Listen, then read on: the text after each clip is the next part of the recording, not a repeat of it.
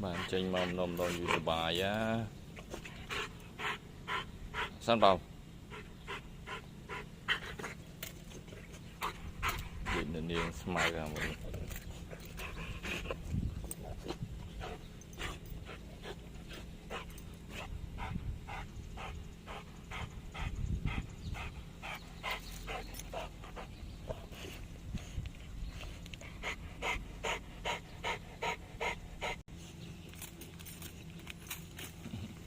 rồi bật coi đặt bị tranh mà nó bị bài chết ra một nhé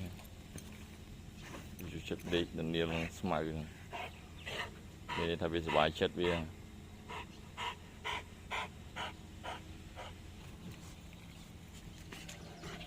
sắp lưng ngọt lâu rồi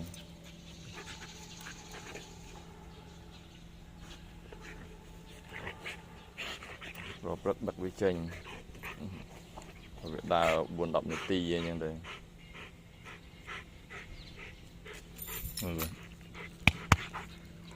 sạch rồi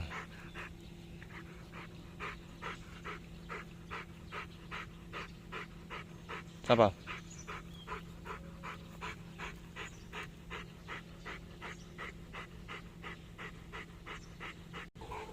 lại hồi chưa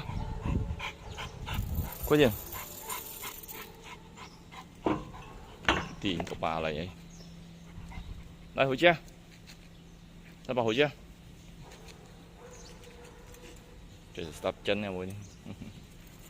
sao vào biết đi đưa smile cho nhiều phép như mình đây là bài chất này mọi người